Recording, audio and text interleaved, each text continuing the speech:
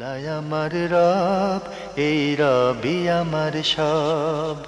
দামে দামে তুন মনে তারি অনুভব। তোমার দুনিয়াতে আমি যেদিকে তাকাই, অথই নিয়ামতে ডুবে আছি সবাই। পাক পাখালির গানে শুনি তসবি কলো রব, তসবি কলো রব। আল্লাহ আমার রব, এই রবি আমার সব। আসসালামু আলাইকুম। আলহামদুলিল্লাহ, আসসালাতু ওয়াসসালামু আলা রাসূলিল্লাহ। প্রিয় দর্শক, আপনারা যারা দেশে আছেন প্রবাসে, সবাইকে জানাই অনেক অনেক প্রীতি ও শুভেচ্ছা। শুরু হলো এনটিভি আয়োজিত এবং লাভ হলো নিবেদিত জুমাবারের লাইভ অনুষ্ঠান আপনার জিজ্ঞাসা। আপনাদের সাথে আছি আমি জয়নুল আবেদিন আজাদ। আর আজকে আমাদের মাঝে অতিথি হিসেবে উপস্থিত আছেন বিশিষ্ট আলেম ডক্টর মোহাম্মদ মতিউল ইসলাম। আসসালামু আলাইকুম রহমতুল্লাহি ওয়া বারাকাতুহু।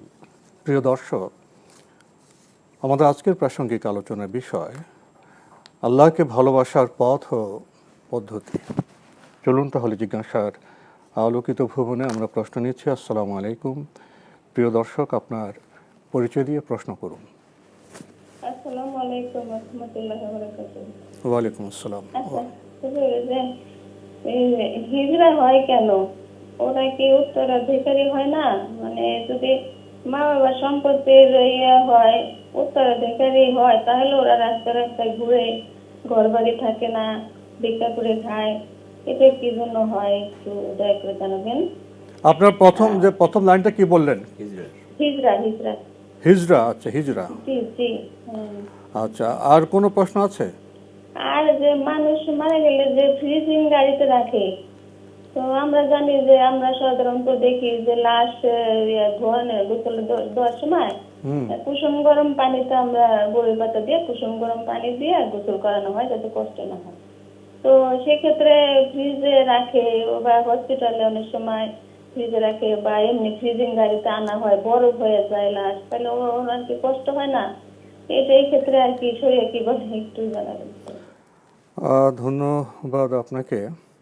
আপনার প্রথম প্রশ্ন হিজরা সম্পর্কে, হিজরা কেন হয়, ওরা দরিদ্র পথ প্রান্তে ঘুরে মানবেতর জীবনযাপন করে, এ হলো আপনার প্রথম প্রশ্ন। বিসমিল্লাহ, আলহামদুলিল্লাহ, আসসালাতু ওয়াসসালামু আলা রাসূলিল্লাহ ওয়া বা'দ। বোনের মাধ্যমে আজকে হাজার হাজার দর্শক মাসালা জানবে। হিজড়া বলতে আমরা বাংলায় হিজড়া বলি, থার্ড জেন্ডার, আর আরবিতে হলো খুনসা, বাংলা তৃতীয় লিঙ্গ বলে। তৃতীয় লিঙ্গ বলে। আচ্ছা, যাই হোক, হিজড়াদেরকে যে সম্মান ইসলাম দিয়েছে জন্মগত এবং কেন হয় সেটা হলো ভিন্ন কথা। আল্লাহ তাআলা কোরআনে কারিমে বলেছেন, লিল্লাহি মুলকুস সামাওয়াতি ওয়াল আরদ ইয়াখলুকু মা ইয়াশা। লম্বা আয়াত, যে আল্লাহ যা ইচ্ছা সেভাবে সৃষ্টি করেন, কিন্তু সৃষ্টি তত্ত্বের বিষয়। সূরা হজের মধ্যে আল্লাহ বিষয়টা উল্লেখ করেছেন যে কাউকে পূর্ণাঙ্গ রূপে সুন্দর করে সৃষ্টি করেন, এমনও হতে পারে কারো সৃষ্টির মধ্যে একটু খুঁত থাকতে পারে। এটা আল্লাহর সৃষ্টির ব্যাপার। এখানে মেডিকেল সায়েন্স সেটা কিছু ব্যাখ্যাও করেছে। জি, তো এটা তো আমাদের সাধারণ মানুষের জন্য খুব জীবন ঘনিষ্ঠ প্রশ্ন। আমি শুধু ইসলামের অধিকার বলবো। হিজড়া তো পাবেই উত্তরাধিকার সূত্রে, সে তো মানুষ। আর দুই নম্বর হলো সে কি এখন পুরুষ না নারী ধরলে তার অংশ এক ধরনের হবে। তার প্রবণতা কোন দিকে বেশি, অর্থাৎ স্ট্রাকচার মানে ইয়েটা কোন দিকে বেশি, অভ্যাস বা মানে তার ফিজিক্যালি গঠনটা প্রথম দেখবে কোন দিকে বেশি, মানে জৈবিক দিক থেকে এসে কোন দিকে পড়ে।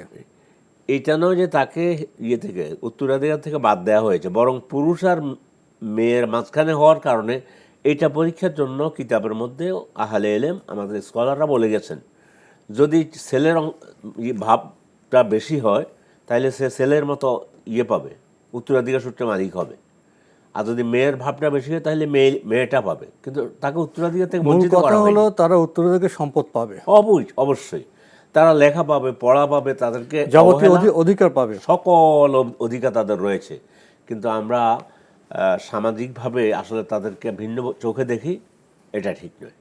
আমি প্রসঙ্গত একটি বিষয় আপনার সামনে পেশ করি। অনেক বছর ধরে পুরুষ হিসেবে জীবনযাপন করছে, নারী হিসেবে জীবনযাপন করছে, তো জীবনে এক সময় এসে দেখে যায় সেখানে যেটাকে বলা হয় সে অনেকটা যে গ্রুপে ছিল সেখানে এটার শব্দটা হলো মানে সে ওই জিনিসটা ধারণ করতে পারছে না, এখানে একটা বিকলাঙ্গ ভাব চলে আসে। তো সেক্ষেত্রে কি সে উত্তরাধিকার সম্পদ পায় না? সর্ব অবস্থা সে উত্তরাধিকার সম্পদ পাবে। উত্তরাধিকার মানে শব্দটা ডিজেবল হয়ে যায় যখন যে একটা মেয়ে হচ্ছে, মেয়ে সে কিন্তু হঠাৎ দেখা গেলো সে বড় হলো, বিয়ে হবে বা বিয়ে হয়ে গেছে, তখন দেখা যায় নারী হিসেবে সে ডিজেবল, তো সে কি উত্তরাধিকার পাবে না? পাবে। পুরুষের ক্ষেত্রে এসব অনেক সময় দেখা যায়, এগুলো তো ব্যতিক্রমী বিষয়। কিন্তু যেটা আপনি মূল কথা বলেছেন যে সে উত্তরাধিকারী পাবে, সে সম্পদ পাবে, তাহলে তো তাকে আর পথে ঘাটে ঘুরতে হয় না। পথে ঘাটে ঘোরার দায়িত্ব, কারণ তো আমরা যারা সমাজে বসবাস করছি, আমাদের অভিভাবক, আমরা তাদেরকে অধিকার দেই না, কারণটা তো সেখানে, বিষয়টা ওখানে। নইলে তো মেয়ের নিচে সে অংশ পাবে না, মেয়ের উপরে পাবে অথবা মেয়ের মতো পাবে। তো এটা বিষয়, তাহলে এই বিষয়টা বোধহয় আমরা এখানে শেষ করতে পারি।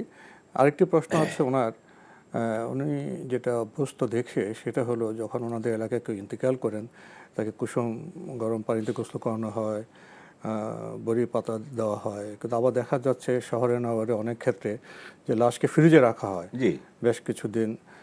তো ওনার প্রশ্ন, এতে কি মুর্দার কষ্ট হয় না? না আপু, বিষয়টা ভিন্নভাবে। গোসল দেওয়ার পদ্ধতিটা সুন্নাহ পদ্ধতি, রাসূল বলে দিয়েছে মৃত ব্যক্তিকে এইভাবে গোসল দিতে হয়, এটা রাসূল বলে গেছেন। এই জন্যই সুন্নতটা আমরা পালন করলাম। কিন্তু ওনার যে ফ্রিজের গাড়িতে রাখা হয়েছে এই কারণে ওনার কষ্ট হওয়া মানে এইটা না, এটা রুহের জগৎ। উনি দুনিয়ার জগতে, রুহের জগৎটা ভিন্ন, সেটা আমরা করতে পারবো না। তো রুহের জগতে চলে গেছেন বিধায় এখন যদিও মাটি দেওয়া হয়নি, তারপরও এটা নয় যে ওনাকে ফ্রিজের গাড়িতে রাখার কারণে বেশি ঠান্ডা লাগতেছে উনি কষ্ট পাচ্ছে, সেটা এইভাবে নয়। জি, আর খুব জরুরি প্রয়োজন ছাড়াও তো ফ্রিজে রাখার বিষয়টা তো ইসলাম অনুমোদন করে না। ইসলাম তো বলে তাড়াতাড়ি দাফন কাফন সেটা তো আছেই।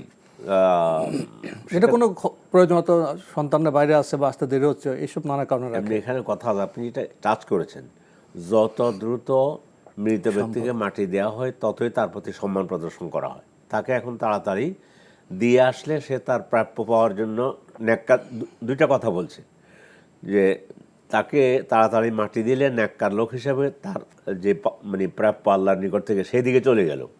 আর বদকার হইলে তোমাদের কান থেকে যত দ্রুত বদকার ব্যক্তিকে তাড়াতাড়ি মাটি দিয়ে দাও ততই তোমরা তোমাদের জন্য কল্যাণ, আর সে তো বদকার, তার ব্যাপার সে পাবে। তো এক কথায় আপু যেটা বলেছেন যে কষ্ট পাওয়া, না, এখানে কষ্ট পাওয়ার কোনো বিষয় নেই।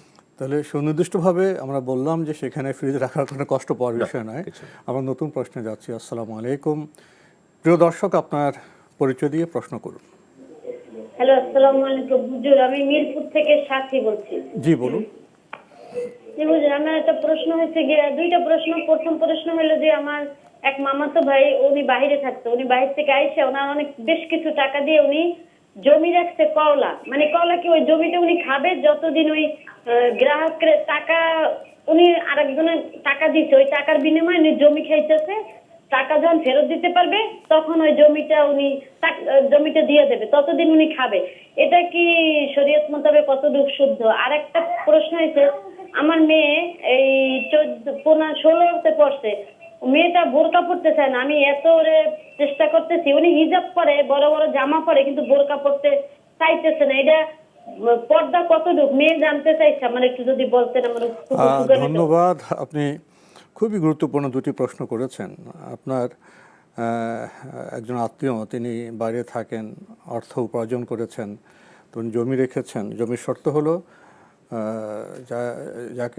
যার থেকে টাকা দিয়ে জমি রেখেছেন তিনি সেটা আপনার ভাষা খাবেন, মানে সেটা উনি ব্যবহার করবেন, আর যখন টাকা তাকে ফেরত দেওয়া হবে তখন জমিটা ছাড়বেন। এই যে পদ্ধতি, এটা কি ঠিক আছে?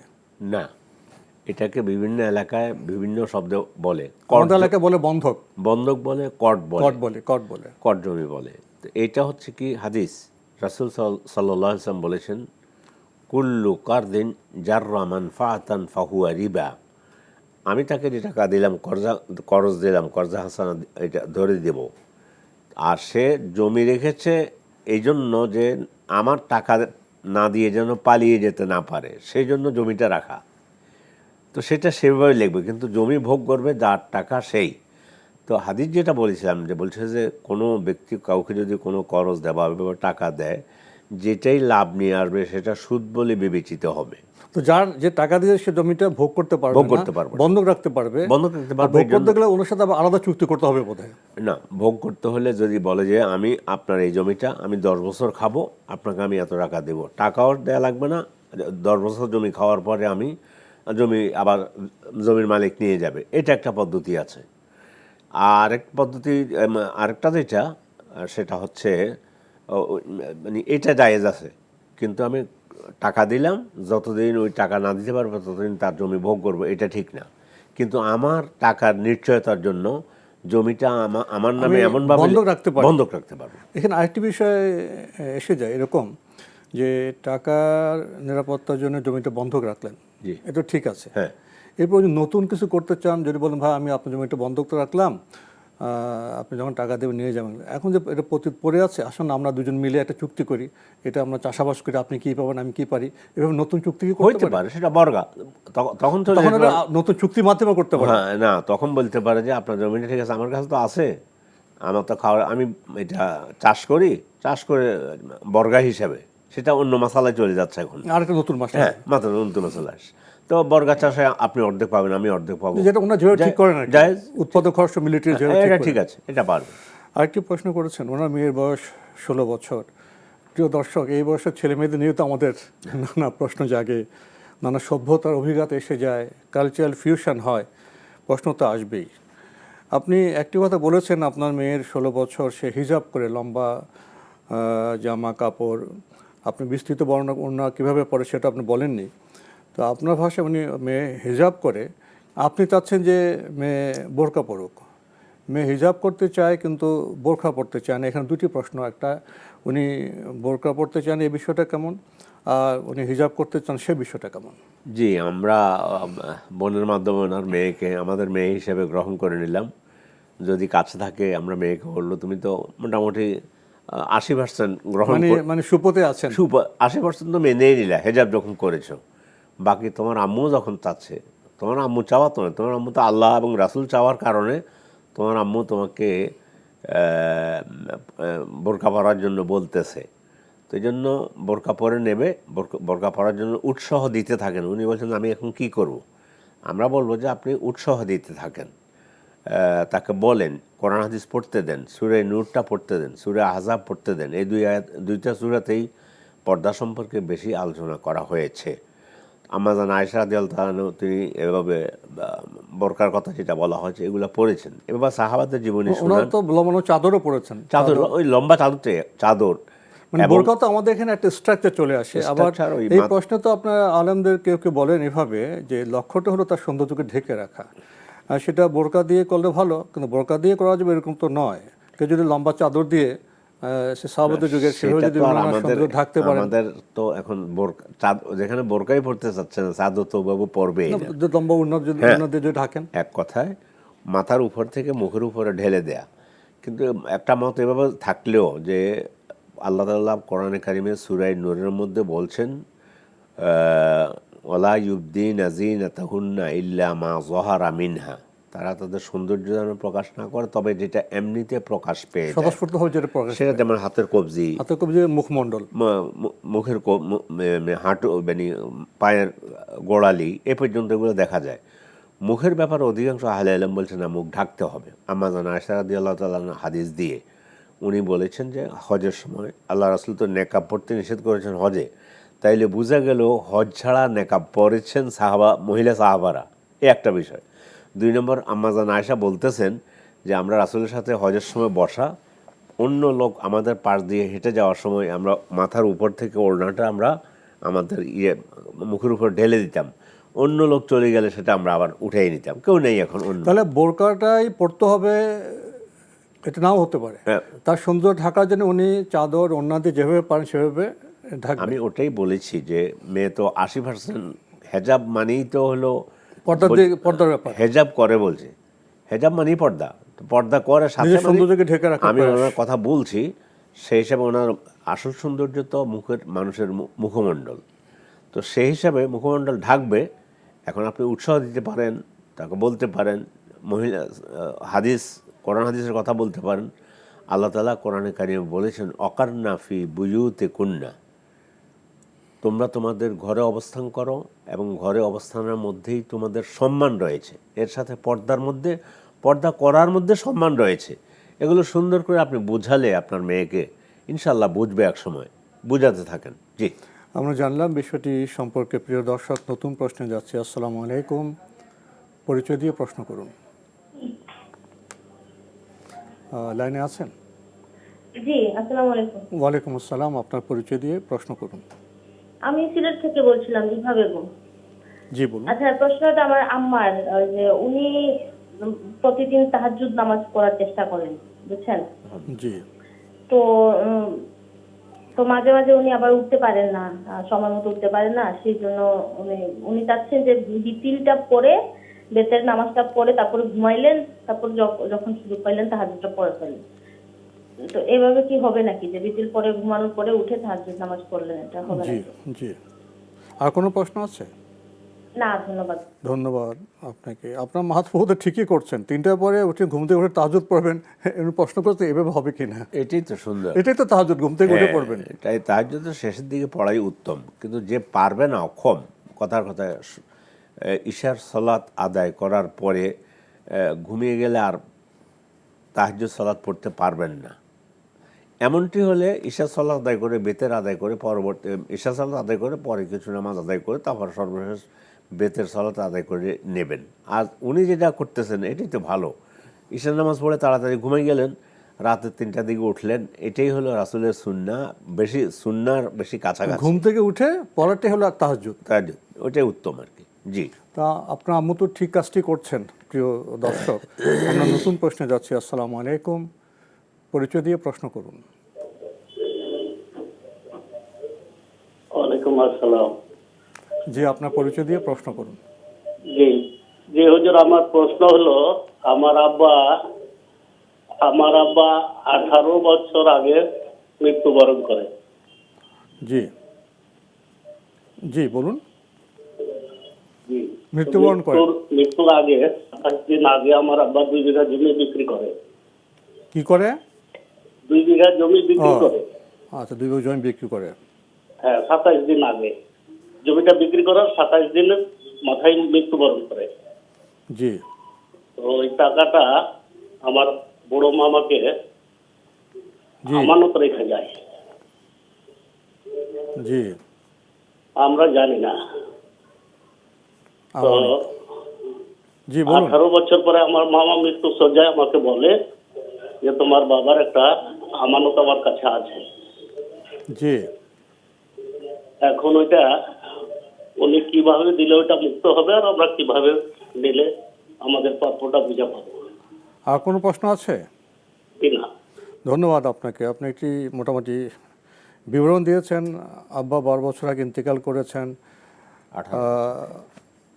এরপরে আপনি বললেন যে মৃত্যুর আগে 2 বিঘা জমি বিক্রি করেছেন, সে টাকাটা মামার কাছে আমানত রেখেছেন। মামা এখন শেষ বয়সে, আপনারা জানতেন না, মামা এখন বলছেন যে আমার কাছে একটি আমানত আছে, সে আমানতটা উনি এখন কীভাবে দিলে দায় থেকে মুক্ত হতে পারবেন?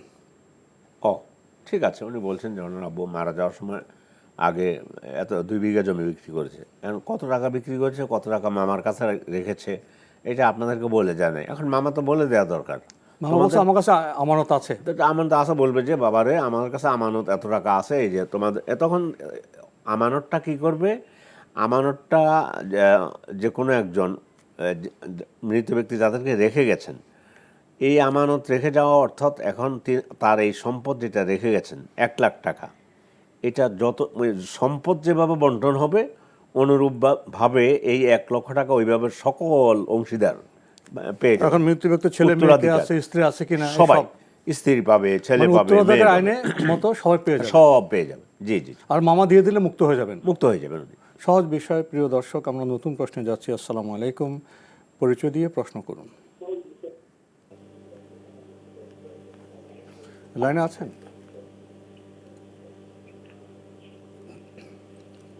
প্রিয় দর্শক, লাইনে থাকলে আপনার পরিচয় দিয়ে প্রশ্ন করুন।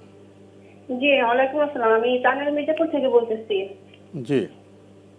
জি, আমার দুইটা প্রশ্ন। আমার প্রথম প্রশ্ন হচ্ছে যে আমার বোনের মেয়ে এয়ার হোস্টেজে আর কি জব পাইছে, তো এই জবটা কি ইসলামে জায়েজ আছে?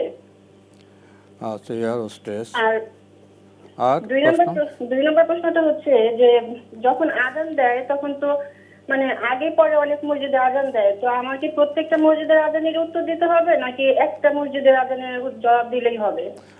ধন্যবাদ, আপনাকে সুন্দর দুটি প্রশ্ন করেছেন। আপনার বোনের মেয়ে এয়ার হোস্টেজের চাকরি পেয়েছেন, এটা কি জায়েজ হবে? এয়ার হোস্টেজে স্বাভাবিক যাদের চাকরি হয় তাদের ইসলাম যেভাবে পর্দার আশা করে সেভাবে পর্দা করা সম্ভব হয় না। সেই বিমানের রুল রেগুলেশন মেনে চলতে হয়, ড্রেস আপ করতে হয়, সব কিছু করতে হয়। ইসলাম নারীদেরকে চাকরি করতে কোনো নিষেধ করে না, কিন্তু নারী তার ইসলামী শরিয়ার সাথে সাংঘর্ষিক মানে এমন সেখানে চাকরি- শর্ত আছে। শর্ত আছে, এমন চাকরি করবে না, চাকরি করতে পারবে। তো সেই হিসাবে সম্ভব হলে এই চাকরি চেঞ্জ করে বা এই চাকরি থেকে, যেহেতু সরকারি চাকরি এটা সম্ভব air hostess, air hostess, air hostess তো এটা বেসরকারি হতে পারে, বেসরকারি সরকারি হতে হতে পারে, কোম্পানির হতে তাহলে পারে। আমরা বলবো যে এটা ছেড়ে দিয়ে অন্য চাকরি করতে পারে যেটা ইসলামী শরীয়তের সাথে সাংঘর্ষিক হবে না। মানে এখানে সন্দেহের বিষয় আছে, প্রশ্ন আসতে পর্দা ত্যাগ করা সম্ভব হয় না বিমানের নিয়ম কানুনের কারণে। সেই হিসাবে আমরা বলবো আর কি, হাদিসের মধ্যে এসেছে আল্লাহ রাসূল সাল্লাল্লাহু আলাইহি ওয়াসাল্লাম বলেছেন, মান তারাকা লিল্লাহি শাইয়ান আওয়াদাহু খায়রাম মিনহু, যে আল্লাহর ভয়, আল্লাহর কারণে কোনো কিছু ছেড়ে দিল যে না এটা ঠিক আছে, এটা আমি গ্রহণ করবো না, যেটা যেহেতু ইসলামের সাথে একটু সাংঘর্ষিক, আল্লাহ তাআলা তাকে এর চেয়ে অনেক উত্তম বিষয় তাকে দান করবেন, উত্তম চাকরি দান করবেন। সেই হিসাবে আমরা বলবো যে ওইটা বাদ দিয়ে উনি আমাদের ওই মেয়ে অন্যখানে চাকরি নেওয়ার জন্য যেন চেষ্টা করেন। আরেকটি উনি প্রশ্ন করেছেন, আজান তো দেয় আগে পরে অনেক জায়গায়, উনি কি সব আজানের জবাব দিবেন না কোনটার জবাব দিবেন? না, একটা দিলে হয়ে যাবে, যেটা ওনার কাছে, যেটা প্রথম শুনেছেন, কাছে একটা জবাব দিলে হয়ে যাবে। আমাদের আজকের প্রাসঙ্গিক আলোচনার বিষয় আল্লাহকে ভালোবাসার পথ ও পদ্ধতি। আমরা তো আল্লাহকে ভালোবাসতে চাই, আল্লাহর ভালোবাসা পেতে চাই, কিন্তু প্রশ্ন হলো আমরা কি সঠিক পথে সে কাজটি করতে পারছি? কি বলবেন? চমৎকার প্রশ্ন। দুটো দিক। ভালোবাসবো, কিভাবে ভালোবাসবো? ভালোবাসার জন্য আল্লাহ সর্বপ্রথম যত কিছু ফরজ করেছেন সেগুলো করলে আল্লাহ খুব পছন্দ করেন। তো প্রথমে ফরজ ইবাদতগুলো পছন্দ করেন। 2 নাম্বার হলো ফরজের পরে আল্লাহ যত নফল ইবাদত আছে এগুলো করলে আল্লাহ পছন্দ করেন, ভালোবাসেন। এছাড়া বহু দিক বলা হয়েছে, যেমন আমলের সালেহ। এক কথা আমল সালের ভিতরে সব চলে আসলো আর কি আপনার এক বাক্যে। এটা একটা সূরা তাওবার 24 নম্বর আয়াতটা আমাদের দর্শক যদি জেনে নেন তা একটু দেখে নেবেন। সেখানে আল্লাহ বলছে 8টা জিনিসের উপরে 3টা জিনিসের ভালোবাসাকে প্রাধান্য দেওয়ার জন্য। তো 8টা জিনিসের মধ্যে মানুষের মধ্যে 5 জন, পিতা, সন্তান, এভাবে বলে স্ত্রী, ভাই, পাড়া প্রতিবেশী। আর সম্পদের মধ্যে এই যে সমস্ত সম্পদ আছে, ব্যবসা বাণিজ্য আছে, এগুলোর উপরে আল্লাহ তাআলা তার ভালোবাসাকে অগ্রাধিকার দেওয়ার জন্য বলেছেন। এখন কিভাবে যদি বলেন, তখন আল্লাহই উত্তর বলে দিয়েছেন, কুল, বলুন, ইন কুনতুম তুহিব্বুনাল্লাহ, তোমরা যদি আল্লাহকে ভালোবাসার কথা বলো, ফাত্তাবিউনি ইউহিব্বুকুমুল্লাহ, তাহলে আমার অনুসরণ করো, আল্লাহ তোমাদেরকে ভালোবাসবেন। আল্লাহকে ভালোবাসার পদ্ধতিও বলে দিয়েছে। আবার আল্লাহ ভালোবাসা পাওয়ার পদ্ধতিটা হলো মুহাম্মদ সাল্লাল্লাহু আলাইহি ওয়াসাল্লামের আনুগত্য করার মাধ্যমে আমরা যে ইবাদতই করব, যেটাই করব, মুহাম্মদ সাল্লাল্লাহু আলাইহি ওয়াসাল্লামের অনুসরণ করে ইবাদত করলে আল্লাহ ভালোবাসেন, এটা পছন্দ করেন। আপনি যে কথাটা বললেন এখানে তো সবই চলে আসছে। তাহলে আল্লাহকে ভালোবাসতে গেলে আল্লাহ পথকে ভালোবাসতে হবে। আর পথের পদ্ধতি কি? রাসূলুল্লাহ মানহাজ, উনি যেভাবে করেছেন, জি, এভাবে করলে ইনশাআল্লাহ ভালোবাসলেন, পদ্ধতিও হয়ে গেল। পদ্ধতি হলো রাসূলকে অনুসরণ করার মাধ্যমে যে কোনো ইবাদত রাসূল করেছেন, ওকে আমি করব। আল্লাহ রাসূলকে অনুগত করতে বলছেন। জি জি, আর রাসূল এটা করেন নাই, আমি এটা করব না। তাহলে কি আমরা এইভাবে বলবো যে যে কোনো কাজ আমাদের গৃহে, সমাজে যখন কাজটা হয়, আমরা প্রশ্নটা কি করব? এটা কি সুন্নাহসম্মত? তার মানে সুন্নাহসম্মত কাজ করলেই আল্লাহকে ভালোবাসা বাস, যাবে। এটাই কথা, সহজে কথা এটা বলা। শুরুতে বললেন যে আল্লাহকে ভালোবাসতে গেলে ফরজ ইবাদতগুলো করতে হবে, আমলে সালে সব নেক আমলগুলি করতে হবে। জি। আর আরেকটি বিষয় বললেন যে আল্লাহকে ভালোবাসতে গেলে আল্লাহর কথাকে, আল্লাহর পথকে ভালোবাসতে হবে। আর সে পথটাকে যে পথ রাসূল দেখিয়ে গেছেন, সুন্নাহসম্মত পথ। সুন্নাহসম্মত পথ। এটা সংক্ষিপ্ত হবে এই বিবরণ। বাস এটাই, তো আমরা আমাদের প্রশ্ন দিকে যাই ইনশাআল্লাহ। প্রিয় দর্শক, আমরা সংক্ষেপে জানলাম আল্লাহকে ভালোবাসার পথ কি, পদ্ধতি কি। আমরা নতুন প্রশ্নে যাচ্ছি। আসসালামু আলাইকুম। প্রিয় দর্শক, পরিচয় দিয়ে প্রশ্ন করুন। হ্যালো, আসসালামু আলাইকুম। ওয়ালাইকুম আসসালাম। শায়েখ, আমি আমার ছোট বাচ্চা আছে। জি। হ্যাঁ, আমার ছোট বাচ্চা আছে। আমার বাচ্চাকে নিয়ে আমি ঠিক মতো এশারে সালাত আদায় করতে পারি না। অনেক সময় গভীর রাত্রে সালাত আদায় করার লাগে, যেমন রাত 12টা 1টা 2টা বাজেও করি। আর আমি আমার ছেলেটার আমি কিছুতেই আমি করতে পারতাছি না, লাইনে আনতে পারতাছি না, কিন্তু বুঝাইলেও আমার কথা মানতে চায় না। তো এখন ওর জন্য আমার কি করণীয়? ছেলে বয়স কত? ছেলের বয়স 17, কিন্তু ছেলে হাফেজি পড়া শেষ করছে। কিন্তু আপনি কি হঠাৎ করে বুঝতে পারলেন ছেলে 17 বছর লাইনে আসছে না, আপনার কথা শুনছে না, না আগে থেকে শুরু হয়েছে এটা? ও আগের থেকেই কথা মানতে আচ্ছা, চায় না। ওর বন্ধু পরিবেশটা কেমন? ওর বন্ধু বান্ধবের সাথে তো আমি মিশতে দেই না। তো না, ও যে আপনার কথা শুনছে না, নিশ্চয় ওর মনোজগতে একটা বিষয় আছে। এটা হ্যাঁ, না, ও ও ও ও এই পরিবেশটা কোন পরিবেশে থাকে সে? ও আমি ওরে আমাদের ঘরে নামাজ কালামের দিক দিয়ে আমরা সবাই সঠিকভাবে চলার চেষ্টা করি, এমন করে আমরা ঘরেই রাখছি। ও কোনো মাদ্রাসা যায় না? না, মাদ্রাসা লেখাপড়া বন্ধ করে লেখাপড়া করবে প্রশ্ন না। পেয়েছেন। ধন্যবাদ আপনাকে। আপনার দুটি প্রশ্ন। আপনার শিশু আছে, তো ওর জন্য আমরাও শুনলাম একটু টেলিভিশনে একটু আওয়াজ করছে, কান্না করছে। হয় অনেক ছেলে আছে একটু বিরক্ত করে। তো আপনারা যে লালন পালন করছেন, একটু বড় ভালো কাজ করছেন, সওয়াবের কাজ করছেন। তো আপনি বলছেন যে অনেক সময় এসা আপনি সঠিক সময়ে পড়তে পারেন না, 12টা থেকে 2টার মধ্যে যেতে হয় পড়তে। এটা ঠিক আছে কিনা? না আপু, আমি ওনাকে বলবো, আপনি যেটা বলছেন যে আপনার মেয়েটা এখন তো ঈশার নামাজ হয়ে যায় প্রায় 6:45টার দিকে, ঈশা সালাতের ওয়াক্তে ঢুকে যান। এই 6:45 থেকে রাত 12টা পর্যন্ত 5টা মিনিটের জন্য কি মেয়েকে ম্যানেজ করা যায় না? অন্ততপক্ষে ফরজটা আপনি রাত 12টার আগে পড়ে নেবেন। আপনি 6:45টায় পড়ে নেন, আজান দেওয়ার সাথে সাথে 5 মিনিট কারো কাছে দিয়ে যে 5 মিনিটের জন্য রাখো, আল্লাহু আকবার, ফরজটা পড়ে নেন, ফরজ হয়ে গেল। এরপরে ঠিক আছে, আপনি রাতে উঠে তারপরে সুন্নাহ পড়বেন, কিয়ামুল লাইল করুন, ভালো হবে। কিন্তু ওখানে তো নামাজ তো সুনির্দিষ্ট টাইম, ইন্না সালাতা কানাত আলাল মুমিনিনা বর্তমান যে মৌসুম, কিতাবাম মাওকুতা, নিশ্চয়ই সালাত মুমিনের উপরে সুনির্দিষ্ট সময় লেখা হয়েছে, ওয়াক্ত আছে।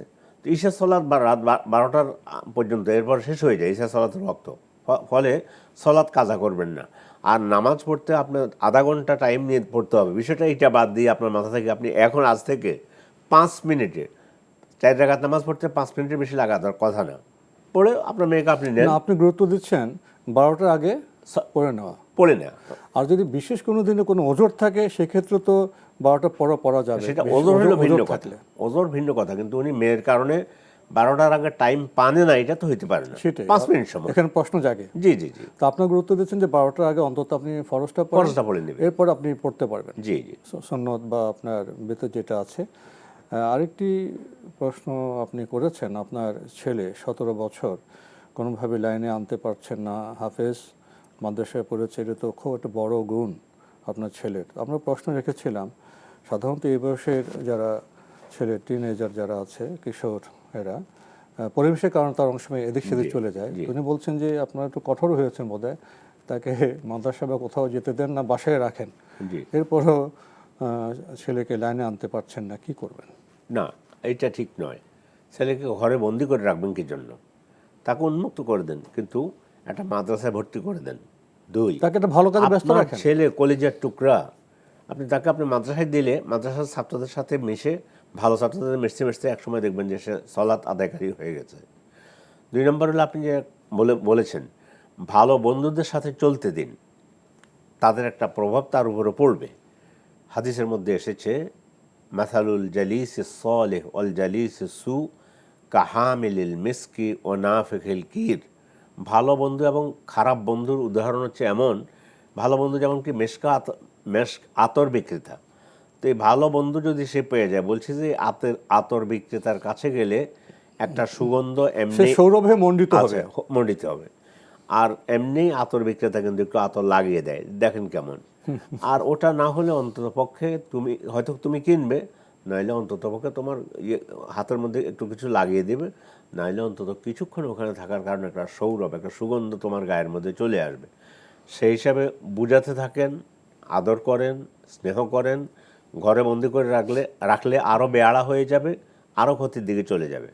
মাদ্রাসায় ভর্তি করে দেন, মানে এতিমখানাও আছে, অথবা অন্য কোনো সাধারণ মাদ্রাসাও আছে, অল্প পয়সার মধ্যে মাদ্রাসায় ভর্তি করাই দেন, ভালো বন্ধুদের সাথে চলতে দিন, নিজে দোয়া করুন, তাকে বলতেই থাকুন, মাথায় হাত বুলাবেন, পিঠে হাত বুলাবেন, বলবেন যে বাবা তুমি যে কোরআনটা পড়েছ, আমি একটা উদাহরণ হিসেবে বলছি, এই কোরআনের সূরা বনী ইসরাঈলের 23 নম্বর আয়াত, সেখানে পিতামাতার অধিকার সম্পর্কে বলা হয়েছে। সূরা লোকমানটা একটু পড়ো। হ্যাঁ, পড়ো, সূরা লোকমান পড়ো। এগুলো পড়লে তখন সে আস্তে আস্তে ইনশাআল্লাহ হইতে পারে আল্লাহ ফিরিয়ে দেবেন। আপনি মূল জায়গায় হাত দিয়েছেন, সেটা হলো ছেলেকে গৃহবন্দী করা, গৃহটাকে জেলখানে রূপান্তর করে সেখান থেকে সে সুস্থ থাকবে না, আরো বিদ্রোহী হবে, বয়সটা তো দুরন্ত বয়স হয়ে যাবে এবং বেয়াড়া হয়ে যাবে, এটা মোটেও করবেন না। তার সাথে প্রয়োজনে নিজে গিয়ে তার সাথে এক জায়গায় নিয়ে যাবেন, হাসবেন, কথা বলবেন, সান্ত্বনা দিবেন, মাথায় হাত বুলাবেন। তাহলে আপনার বাসার যে পরিবেশটা সেটা হবে পজিটিভ, ইতিবাচক হবে। সেখানে সুন্দর কথা বলবেন, গল্প বলবেন। হাফেজ, আপনি সুন্দর পদ বলেছেন, তুমি যে কোরআনে হাফেজ হয়েছো, কোন কোন সূরা কি আছে, এদিকে দিলে তো সে দিনরাত আপনার সে গবেষণা করে উঠতে পারবে না, সে একটা ভালো পথে থাকবে ইনশাআল্লাহ। এরপর বলেছেন তার যে দুরন্ত বয়স, সে যদি মাদ্রাসা যায়, শিক্ষা প্রতিষ্ঠান যায়, সেখানে বন্ধু বান্ধব থাকবে, খেলাধুলা করবে, শিক্ষা অর্জন করবে। এই বয়সের যে দুরন্তপনা, এই বয়সের যে এনার্জি, সেই এনার্জিটা তো আপনি বন্দী করে রাখতে হবে না, সেটা সৎ পথে প্রবাহিত করতে হবে, মিশতে দিতে হবে। প্রিয় দর্শক, আশা করি আমাদের শায়েখের যে পরামর্শ সেটা খুবই সুন্দর মনস্তাত্ত্বিক পরামর্শ, এটা আপনি পালন করুন। আর যদি বেশি কিছু হয়ে যায়, যেটা আমরা জানি না, সব তথ্য আপনার আমাদেরকে দেননি, তাহলে আপনি ডাক্তারেরও শরণাপন্ন হতে পারেন। অনেক সময় এই বয়সে দেখা যায় যে চিকিৎসারও প্রয়োজন হতে পারে, সেদিকেও আপনি যেতে পারেন। আমরা দোয়া করি আপনার এই বয়সের সন্তান সে সুপথে থাক, বিকশিত হোক।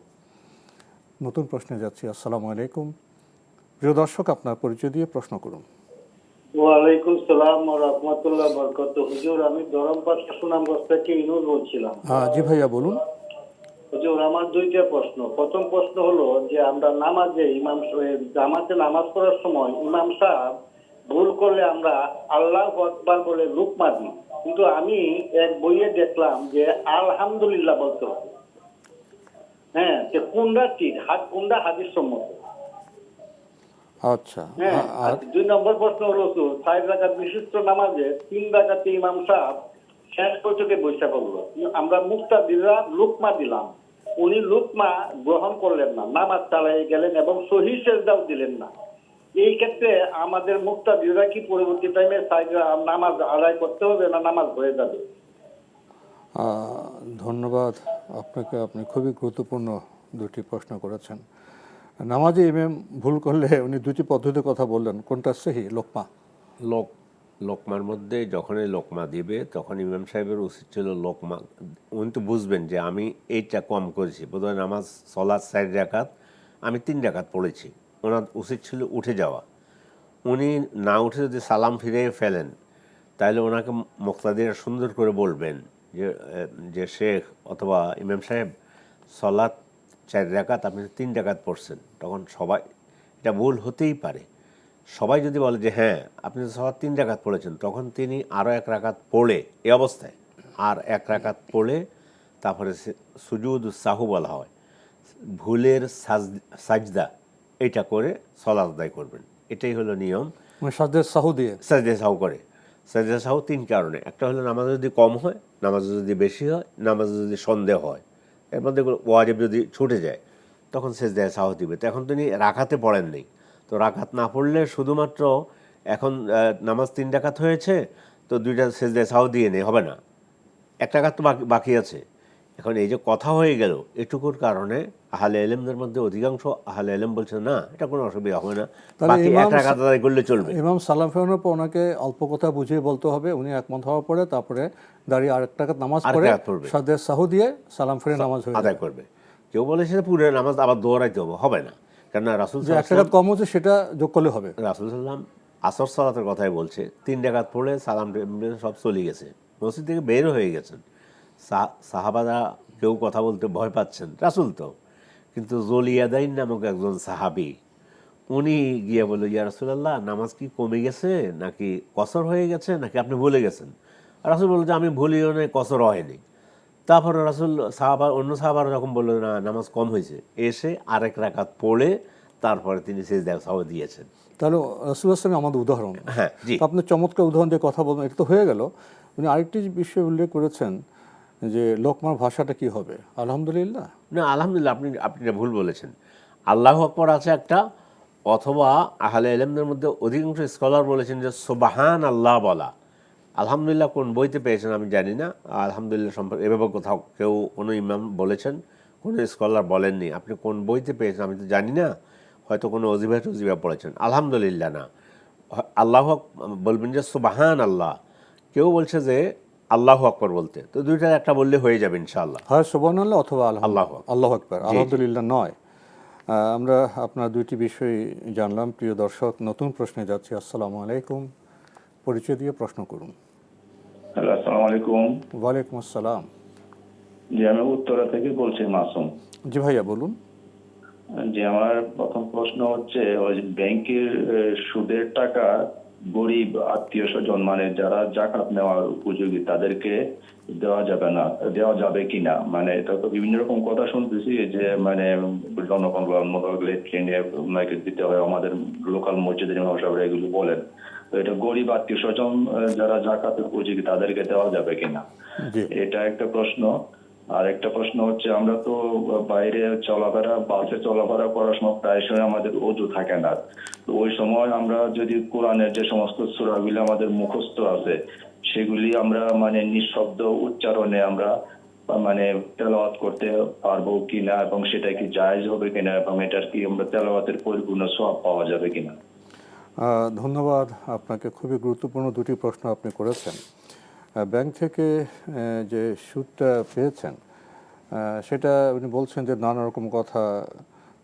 কেউ বলেন যে এটা গরিব আত্মীয় স্বজনকে দেওয়া যায়, আবার কেউ বলেন যে না, এটা শুধু জনকল্যাণমূলক কাজে ব্যবহার করতে হবে।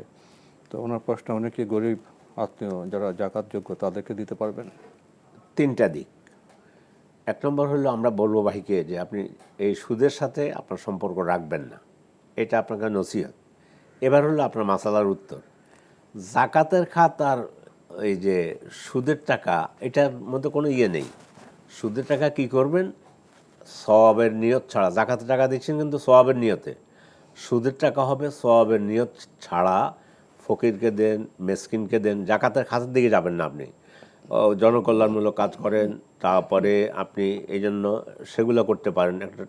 একটা টিউবওয়েল বসাই দিলেন, জনগণ খাবে, পানি পান করবে, যেখানে বিশুদ্ধ পানির অভাব আছে, এই সব কাজে ওই টাকাটা দিয়ে ওটা করে দেবেন। তো আবারও বলে রাখছি, সুদ থেকে ফিরে আসুন।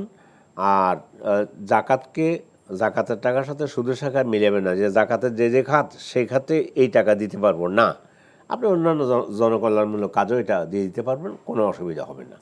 কিন্তু সওয়াবের নিয়ত করা যাবে না। হতদরিদ্রকে দিতে পারবেই, আর জনকল্যাণমূলক দেওয়াটাই বেশি বড়, সেটা দিতে পারেন, কিন্তু সওয়াবের নিয়ত করবেন না, এটাই হলো কথা। নিয়ত করা যাবে না, আমরা জানলাম বিষয়টি। আরেকটি প্রশ্ন করেছেন, যখন আপনারা সফর করেন, যাতায়াত করেন বাসে ইত্যাদিতে, তখন অনেক সময় অজু থাকে না। অজু না থাকা অবস্থায় কি মুখস্থ যে কোরআনুল কারীমের যে আয়াতগুলো আছে মুখস্থ, সেগুলো কি তেলাওয়াত করতে পারবেন?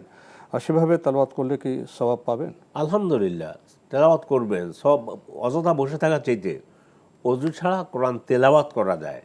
অজু ছাড়া কোরআন এভাবে স্পর্শ করতে এসেছে, এইভাবে, এই যে এইভাবে করা আর কি, এইটা। কিন্তু আপনার কাছে মুখস্থ যেগুলো আছে সেগুলো পড়বেন, আলহামদুলিল্লাহ। কোনো মানে ওটার জন্য অজুর শর্ত নয়। অজু অবস্থায় কোরআন তেলাওয়াত করা উত্তম, কিন্তু আপনি কোরআন টাচ না করে আপনি যেটা বলছেন, বাস বসা আছেন, সবসময় আমল করবেন, অন্যান্য আজগারগুলো পড়বেন, যে কোরআন তেলাওয়াত করবেন, কোনো অসুবিধা নেই, সওয়াবও পাবেন। তাহলে অজু ছাড়া তেলাওয়াত করতে পারবেন, সওয়াবও সওয়াব পাবেন। পাবেন। আমরা জানলাম বিষয়টি সম্পর্কে। প্রিয় দর্শক, নতুন প্রশ্নে যাচ্ছে। আসসালামু আলাইকুম, পরিচয় দিয়ে প্রশ্ন করুন। হুজুর, জি বলুন, কোত্থেকে বলছেন ভাইয়া, কে বলছেন? হুজুর আমি বিল্লাল হোসেন বলছি সিলেট থেকে। হ্যাঁ জি বলুন। হুজুর আমার একটা ব্যবসা আছে, এটা ওয়াইফাই এবং ডিশের ব্যবসা। তো এটা অনেকে বলতেছে এটা নাকি জায়েজ না। কিসের ব্যবসা? ডিশ? ডিশের ব্যবসা, ওয়াইফাই। আচ্ছা ডিশ, আচ্ছা জি। ওয়াইফাই ওয়াইফাই, আচ্ছা আচ্ছা, ওয়াইফাই, আচ্ছা।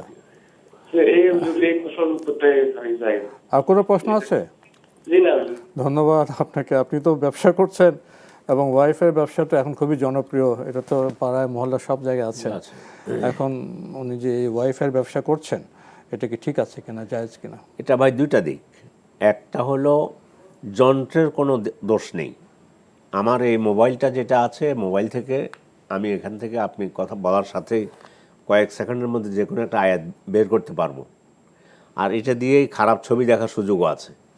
এখন যন্ত্রের কোনো দোষ নেই, যে কোনো যন্ত্র, প্রযুক্তিগত যত কিছু আছে, আমাদের এই আজকে যে সেটটা, যে গেট আপটা, যে সেট আপটা, যে আপনি দেখতেছেন, আপনি যে এখন দেখে দিন শিখতেছেন, এটাকেই যদি কেউ খারাপ কাজে ব্যবহার করে, ফলে যন্ত্র দিয়ে যে কোনো কাজ করা যায়। এই জন্য মানে ওয়াইফাই তো একটা টেকনোলজি। ওয়াইফাই দিয়ে যখন আমি এটা ব্যবহার করব, আমি ভালো করতে পারি, মন্দ করতে, সেটা আমার উপরে। তো উনি যে ওয়াইফাই ব্যবসা করছেন, ওনার তো কোনো দায় নেই, উনি তো একটা প্রযুক্তির ব্যবসা করছেন। আপনার কোনো দায় থাকবে না, কারণ আপনি মনে রাখেন যে এটা একটা যন্ত্র, এটার মাধ্যমে মানুষ ব্যবহার করে। আপনি দেখেন নিরপেক্ষ, আপনি একটি টেকনোলজির, প্রযুক্তির আপনি ব্যবসা করছেন। এখন যিনি এটা ব্যবহার করবেন তার উপর দায়বদ্ধ। ভালো বললে ভালো পাবেন, খারাপ করলে খারাপ পাবেন। আমরা প্রশ্ন নিচ্ছি। আসসালামু আলাইকুম, পরিচয় দিয়ে প্রশ্ন করুন। লাইনে আছেন? আসসালামু আলাইকুম। ওয়ালাইকুম আসসালাম। এটা কি এনটিভি লাভের অনুষ্ঠানটা? জি জি জি, এটা আপনার জিজ্ঞাসা অনুষ্ঠান। আপনি আপনার পরিচয় দিয়ে প্রশ্ন করুন। আচ্ছা, আমি সুবর্ণা বিথি, ঢাকা থেকে বলছি। আমার দুটো প্রশ্ন। জি বলুন। একটা প্রশ্ন হচ্ছে, আমার কিছু টাকা ধার দেওয়া আছে, দিয়েছি আমার বোনকে। এখন ওর অবস্থা ভালো না, ও দিতেও পারে নাও দিতে পারে, কিন্তু ও বলেছে দিবে। এই টাকাটা কি শোধ দিতে হবে? আর হচ্ছে আমার একটা প্রশ্ন তো ভুলে গেলাম। ও আচ্ছা, আমার কিছু টাকা ব্যাংকে আছে, এখন ওই টাকাটা কি টাকা হাতে আসলে সুদ দিব নাকি, মানে জাকাত দিব নাকি এখন থেকে জাকাত দিয়ে যেতে হবে? আপনার টাকা ব্যাংকে আছে না? জি জি, আমার টাকা ফিক্সড করা আছে। এখন ওই টাকাটা কি ফিক্সড শেষ হওয়ার আগের থেকে আমি এখন থেকে কি আমি জাকাত দিব নাকি আমি টাকাটা হাতে পাওয়ার পরে জাকাত দিব? যে প্রশ্ন আমরা পেয়েছি, যে আপনার প্রথম প্রশ্ন একটু জানতে চাচ্ছি। আপনার বোনকে টাকা দিয়েছেন, একটু অবস্থা ভালো না, সে বলছে দিবে সুদ। এখন কি ওই টাকার আপনাকে? না, সুদ টুদ কিছু দিবেন, আমি তার কাছে সুদে দেইনি, আমি তাকে ধার দিয়েছি। ধার দিয়েছেন, টাকা আপনাকে ফেরত দেবে। ও বলেছে তোকে আমি ফেরত দিয়ে দেব। আচ্ছা, এখন তোকে আমি যে টাকা নিয়েছি সেই টাকাই ফেরত দিয়ে দিব। কিন্তু কবে দিতে পারবে এরকম কোনো কথা নাই। এখন এই টাকাটা কি জাকাত আমি এখন থেকে দিব না ওই টাকাটা হাতে পেলে দিব? আচ্ছা, ধন্যবাদ আপনাকে। আপনাকে আর কোনো প্রশ্ন আছে? না, আমার এই প্রশ্ন। ধন্যবাদ আপনাকে। আপনার প্রথম প্রশ্নে যাই। ওনার বোনকে কিছু টাকা ধার দিয়েছেন, তো টাকা সে বলছে আমি দেব, মানে কখন দেবেন বলতে পারছে না। তো সেই টাকা জাকাতটা কে দেবে? ওই টাকার জাকাত ইনি দেবেন, যার টাকা তিনি দিবেন, বোন না। যে টাকার মালিক, যে টাকার মালিক। আমি যেন, হয়তো আমার বুঝে ভুল হইতে পারে, আপনি তো ঠিকই বলেছেন। আর যদি এমন হয়, আমি যেন বুঝেছি ওনার কথা যে এখন সে দিতে পারছে না, দিবে বলতেছে, এখন আমি জাকাত হিসাবে তাকে টাকাটা দিয়ে দিতে পারবো কি না। যদি এটা হয় যে হ্যাঁ আপনি তাকে 20,000 টাকা দিয়েছেন, সে এখন ব্যাক করতে পারতেছে না, অসহায়, সেই হিসাবে আপনি তখন বলবেন যে ঠিক আছে, তাহলে তুমি আমার জাকাতের টাকা থেকে তোমাকে জাকাত হিসাবে এটা দিয়ে দিলাম, তুমি জাকাত হিসাবে গ্রহণ করে আমাকে আর দেয়া লাগবে না। এটা একটা মাসালা। আরেকটা বলছেন যে এই টাকা জাকাতটা কে দিবে? যদি টাকা হয় তাহলে জাকাত যিনি মালিক তিনি দিবেন। যদি এমন হয়ে যায় যে কবে এই টাকা দেবে, তাহলে মাসালা হবে যখন টাকা পাবেন তখন পাবেন, করবে। আমি আপনাকে বুঝতে পেরেছি, মানে 2 লক্ষ টাকা দিয়েছি, আপনি বললেন যে মুসলিম ভাই দেবো, আমার একটু সমস্যা আছে, জাকাত আমি দিয়ে যাব, আমি আমার টাকার। কিন্তু দেখা গেল যে এক সময় একজনকে আপনি 2 লক্ষ টাকা দিয়েছেন, এখন আর আপনার টাকা দিচ্ছে না, তখন যখন টাকা পাবেন তখন থেকে জাকাত শুরু হবে, এর আগে না। যখন নিশ্চিত থাকবে যে আমি যখনই চাইবে দিয়ে দিবে, সহজ কথায় আর কি, তাহলে জাকাত আপনাকেই দিতে হবে এবং প্রতি বছর দিতে হবে। আর যদি মনে করেন যে না এখন তো আমি আটকা পড়ে গেছি, টাকা দিচ্ছে না, নিশ্চিত না, তখন যখন হাতে যেদিন দিবে সেদিন তখন থেকে জাকাত দিবে, এর আগে না, এর আগে না।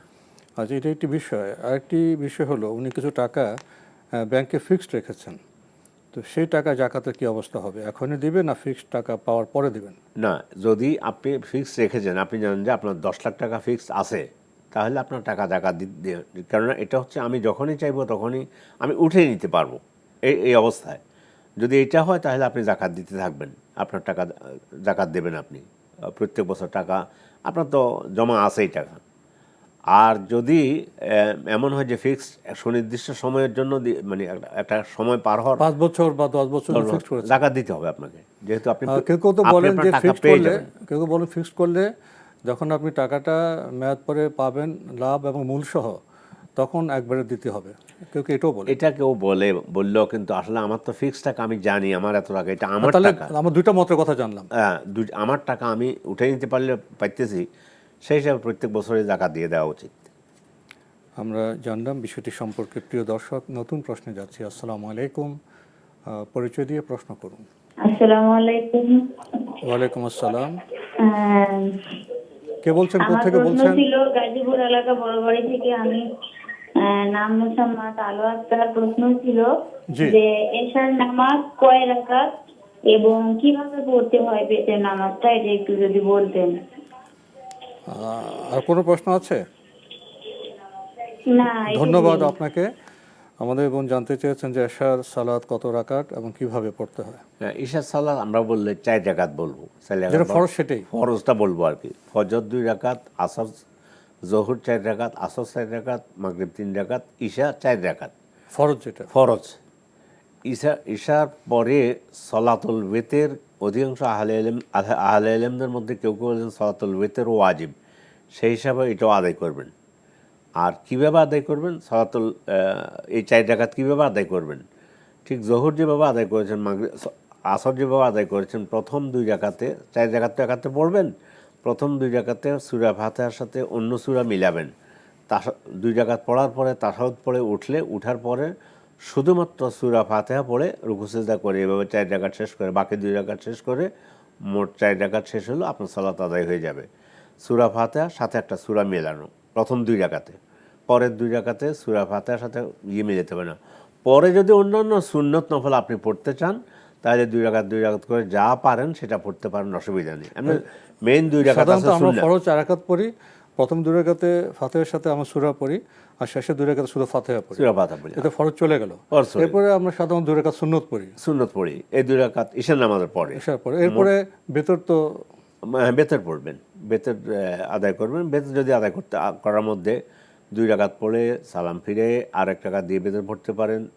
বেতের সালাতের একটা বৈচিত্র্য আছে, 3 রাকাত পড়লে কন্টিনিউ একাত্রে 3 রাকাত পড়বেন, এইভাবে সালাত আদায় করবেন। তো আমরা বিশেষ করে ফরজদার কথা বলে দিলাম। জি, আমরা জানলাম বিষয়টি সম্পর্কে। প্রিয় দর্শক, নতুন প্রশ্নে যাচ্ছি। আসসালামু আলাইকুম, পরিচয় দিয়ে প্রশ্ন করুন। আসসালামু আলাইকুম। ওয়ালাইকুম আসসালাম। জি, আমি মহাশয় নামদার থেকে বলছিলাম ভাইয়া।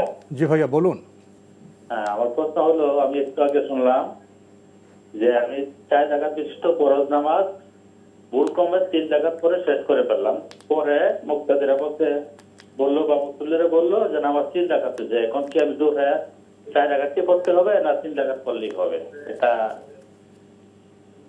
উনি তো শায়েখ তো বলেছেন ভুল হয়ে গেলে তারপরে তারা নামাজ আর 1 রাকাত আদায় করবেন, 1 রাকাত আদায় করে যেটা কম পড়েছেন তারপরে সাহু সাজদা দিবেন, এটাই তো বলেছেন। জি, মানে 4 রাকাত বিশিষ্ট সালাত 3 রাকাত পরে সালাম ফিরিয়ে ফেলছে, মুক্তাদিরা বলে যে নামাজ সালাত তো 3 রাকাত হয়েছে, তখন আপনি দাঁড়িয়ে যাবেন, দাঁড়িয়ে 1 রাকাত পড়ে তারপরে সব কিছু শেষ করে সেজদায় সাহু করবেন। ওই যে আপনার ওই নামাজ থেকে বেরিয়ে গেলেন অথবা নামাজে কম রেখে বেরিয়ে গেলেন, এটার জন্য রাসূলের জীবনী থেকে হাদিসও আপনি একটা উদাহরণ দিয়েছে, জুলইয়াদাইনের হাদিস, এটা আপনি সহিহ বুখারীতে পেয়ে যাবেন।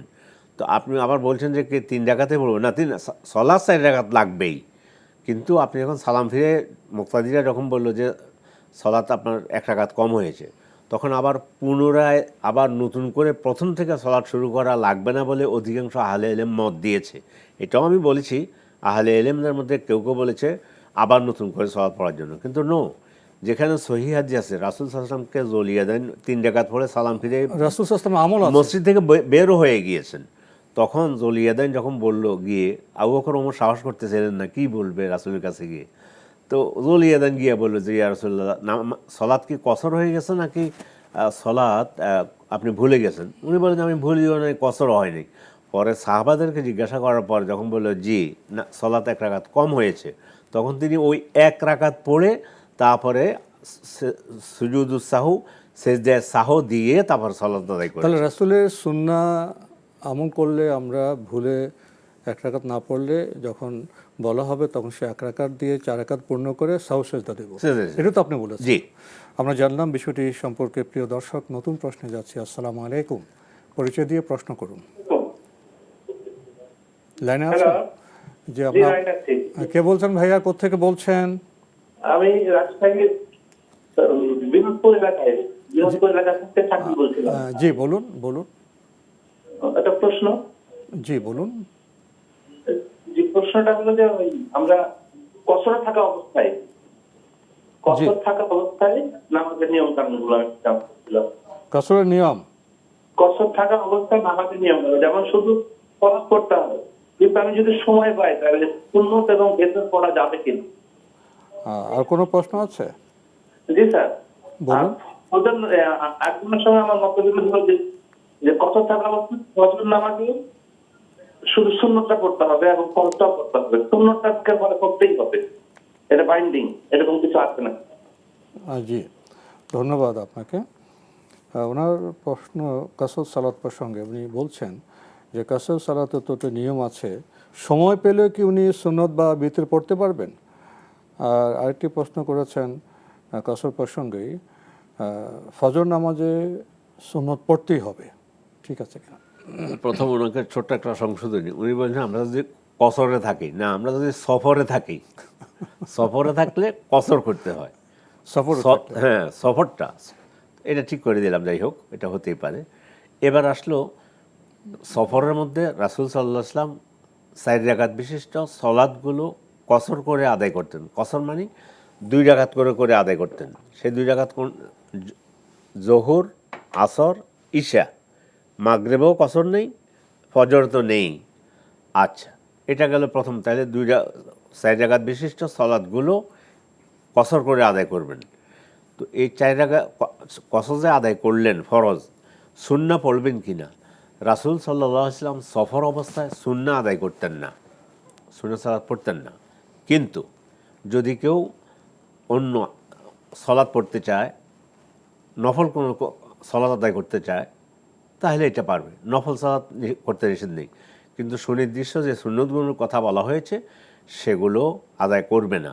বেতের সলাৎ আদায় করার জন্য অধিকাংশ ওলামায়ে কেরাম বলছে সফরেও বেতের সলাৎ আদায় করবে, এবং ফজর সলাতের 2 রাকাত সুন্নত সেটাও আদায় করার জন্য অধিকাংশ ইসলামিক স্কলার ওনারা উৎসাহ দিয়েছেন যে হ্যাঁ, ফজর সলাতের 2 রাকাত সুন্নত আদায় করবে, এটার জন্য বলেছে। ওভারঅল শেষ প্রশ্ন যেটা ছিল যে সুন্নাহগুলো ম্যান্ডেটরি কিনা, সুন্নাহ আদায় করবেন। কারণ হলো কিয়ামতের দিন মানুষকে সর্বপ্রথম সলাৎ সম্পর্কে প্রশ্ন করবে, ফরজ সলাৎ সম্পর্কে। ফরজ সলাৎ যদি ঘাটতি হয়ে যায়, কমতি হয়ে যায়, তাহলে তার কোনো নফল সলাৎ আছে কিনা দেখার জন্য আল্লাহ বলবেন দেখো আমার বান্দার কোনো নফল সলাৎ আছে কিনা। আল্লাহ তো জানেন সব।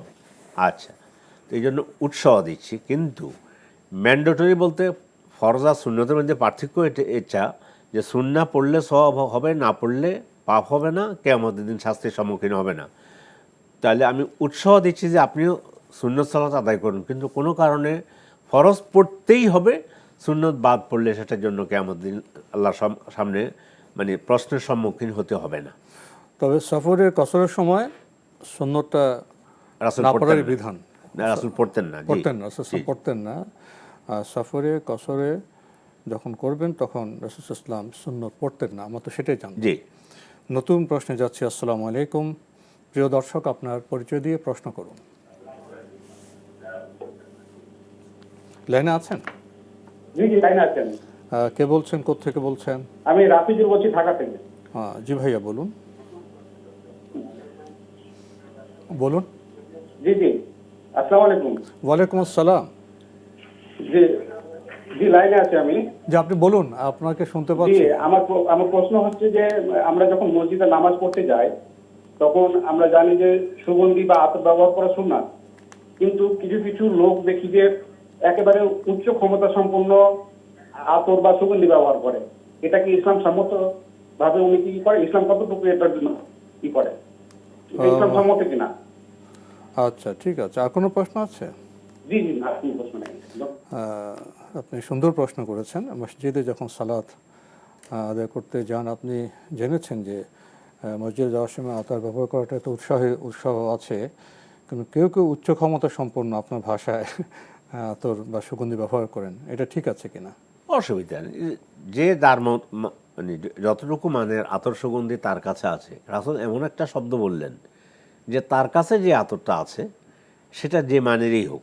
এখন আপনার কাছে যে আতরটা আছে সেটা লাগাই যাবেন আপনি, আরেকজনের ভালো দামি আতর লাগাই গেলে এতে কোনো অসুবিধা নেই।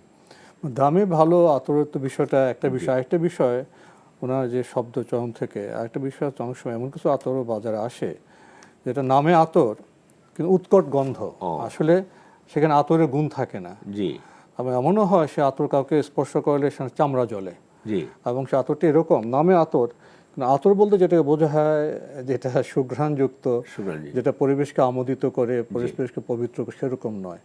উনি উচ্চ ক্ষমতা সম্পন্ন বলতে যদি সেরকম আতরের কথা বলে থাকেন যেটা তাহলে একটু আমি বলি, বডি স্প্রে বলা হয় একটাকে। বডি স্প্রে মধ্যে এখন আধুনিক বাজারে পাওয়া যায়, তো বডি স্প্রের মধ্যে না করাই উত্তম। বডি স্প্রের মধ্যে কিন্তু অ্যালকোহল থাকে, কিন্তু এই অ্যালকোহল থাকার কারণে আলেমরা বলেছেন যে অ্যালকোহলের যে অবস্থায়, তখন অ্যালকোহলটা যে অবস্থায় চলে যায় তখন আর তার কোনো অস্তিত্ব থাকে না, বিধায় বডি স্প্রে লাগালেও লাগাতে পারে। এই শব্দটা এইভাবে বলেছে আর কি ওনাদের। না, উনি আসলে কিন্তু এটা আতরের কথা বলেছেন। বডি স্প্রে আপনি আরেকটা জিনিস এনেছেন, তো যদি কোনো বডি স্প্রে বলি বা যদি বলি, অনেক বাজারে অনেক আতর আছে যেটা নামে আতর কিন্তু আসলে আতরের গুণ সেখানে নেই, যেটা উৎকট।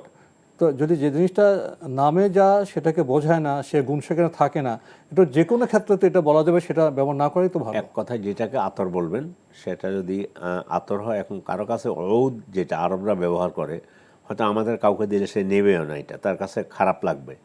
আতর যদি হয় তাহলে সে দামি হোক আর দাম অল্প দাম, উচ্চ ভাষা উচ্চ ক্ষমতা বলতে মানে যেটা উচ্চ ক্ষমতা সম্পন্ন লোক বলছে বোধহয় না, উচ্চ ক্ষমতা সম্পন্ন আতর। আচ্ছা আচ্ছা, ও এখন আপনি যেটা বলছেন যে উচ্চ ক্ষমতা সম্পন্ন আতর বলতে কি ভালো হলে তুমি বলতেন না, যদি আপনি যেটা বলছেন যে অতি দামি ভালো আতর, তাহলে তো আমরা বলতাম না, পরিবেশকে সুন্দর করতো। আর যেটা উৎকট, উচ্চ ক্ষমতা বলতে উৎকট বোঝা হয় যেটা নামে আতর কিন্তু আতরের গুণ সেখানে নাই। জি, এটা পরিত্যাগ করাই উত্তম হবে, যদি যেটা অনেকটা দূষণের মতো হয়, যদি হয় সেটা।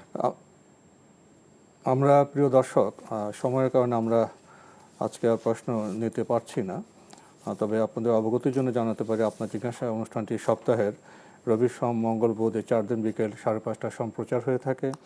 ওইসব অনুষ্ঠানে আপনাদের মনে জায়গা প্রশ্ন চিঠির মাধ্যমে, ইমেলের মাধ্যমে পাঠাতে পারেন আমাদের ঠিকানা। পরিচালক আপনার জিজ্ঞাসা, এনটিভি, বিএসএসসি ভবন, 7ম তলা, 102 কাজী নজরুল ইসলাম এভিনিউ, কারওয়ান বাজার, ঢাকা 1215। ইমেল অ্যাড্রেস আপনার জিজ্ঞাসা @ntvbd.com। এছাড়া এনটিভি অনলাইনেও আপনারা আমাদের অনুষ্ঠান দেখতে পারবেন, ভিজিট করুন www.ntvbd.com। ইউটিউবে এবং আমাদের ভেরিফাইড ফেসবুক পেজে অনুষ্ঠান দেখতে পারবেন। প্রিয় দর্শক, সবশেষে রয়েছে গ্রন্থ পরিচিতি। আমাদের আজকের গ্রন্থের নাম এসো কোরআন শিখি, সংকলনে আলহাজ মাওলানা কারি মোহাম্মদ সেলিম।